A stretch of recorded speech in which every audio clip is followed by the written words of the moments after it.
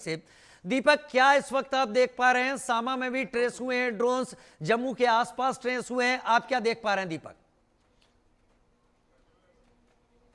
देखिए, राजौरी में भी कुछ मिनटों पहले हुए थे और अब जो स्थिति है उसमें ब्लैकआउट हो गया है। और सबसे बड़ी बात यह है कि जब देखे जाने के 15-20 मिनट के बाद अब ब्लैकआउट हो गया है, तो कहीं ना कहीं इसकी कड़ी समझिए। प्रधानमंत्री मोदी का भाषण के बाद की चीज़ें और उसके बाद देखे गए और देखे जाने के कुछ देर बाद ओझल हो गए।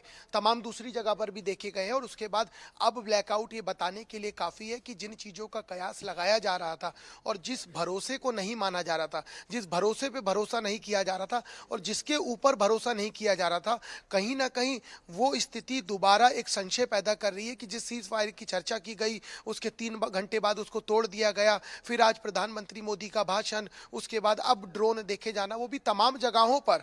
तो इन तमाम जगहों पर ड्रोन देखे जाना और उसके बाद इस तरह की स्थिति बनना, इससे यह स्पष्ट हो गया है कि जिन लोगों से हमने सैकड़ों लोगों से बात की जब सीज फायर की चर्चा हुई, इसके बाद सबके मन में एक ही बात थी कि भरोसा नहीं कर सकते, भरोसा नहीं है, भरोसे के लायक नहीं है। चाहे बच्चा हो, चाहे बूढ़ा हो, चाहे जिसने अपनी उम्र की दहलीज लांघ ली है, जिसका कल का नहीं पता है, उसने भी ये कह दिया कि भरोसा करने लायक नहीं है बेटा। हमने बहुत सारी ऐसी चीज़ें देखी है।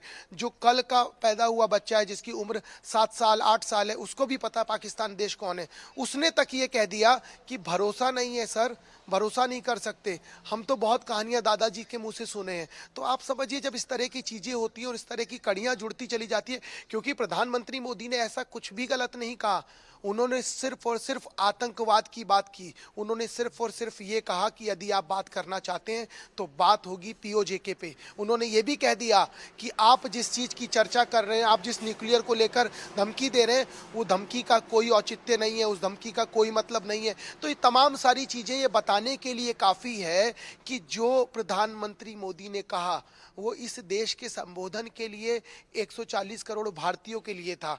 और इससे एक बात ये भी स्पष्ट हो गई है कि एक वो कहावत है कि चोर की दाढ़ी में तिनका, वो तिनका कहीं ना कहीं नजर आया। उसको ये लगा कि यहीं कहीं मुझे तो नहीं बोल रहे, क्योंकि आतंकवाद की बात की गई, आतंकवाद की जड़ों की बात की गई और आतंकवाद की जड़ों को काटने की बात की गई, आतंकवाद के खात्मे की बात की गई। आतंकवाद को जन्म देने वालों को ये संदेश दिया गया कि आप संभल जाइए। 26/11 का जिक्र किया गया, 9/11 का जिक्र किया गया, पहलगाम का जिक्र किया गया और ये भी कहा गया कि जिन बहनों का, माताओं का, बेटियों का सिंदूर उजाड़ा गया उसकी भरपाई नहीं हो सकती है, लेकिन हम जो कर सकते हो करेंगे। कुछ लोग हैं उनसे मैं बात करूंगा और समझूंगा, क्योंकि जब सीज फायर की चर्चा हुई तो अलग अलग मत थे और उन अलग अलग मत के बीच में ये लोगों ने उस समय नम आंखों से या एकदम धीमी आवाज से ये कहा था कि कुछ और होता तो बेहतर होता, लेकिन देश के साथ हैं। अब पूछ लेता हूं, प्रधानमंत्री मोदी ने तमाम चीजों का जिक्र कर दिया, पीओजेके का जिक्र कर दिया, न्यूक्लियर से ना डरने की बात कह दी और ये तक कह दिया आतंकवाद खत्म। अब आप क्या सोचते हैं इस बयान के बाद? भाई साहब, जिस तरह के पूरा देश जानता है कि आतंकवादियों ने जिस तरह धर्म पूछकर कश्मीर के अंदर किलिंग की थी, उसी को लेकर हमारे देश के प्रधानमंत्री जी ने कहा था कि पाकिस्तान को हम मिट्टी में मिला देंगे।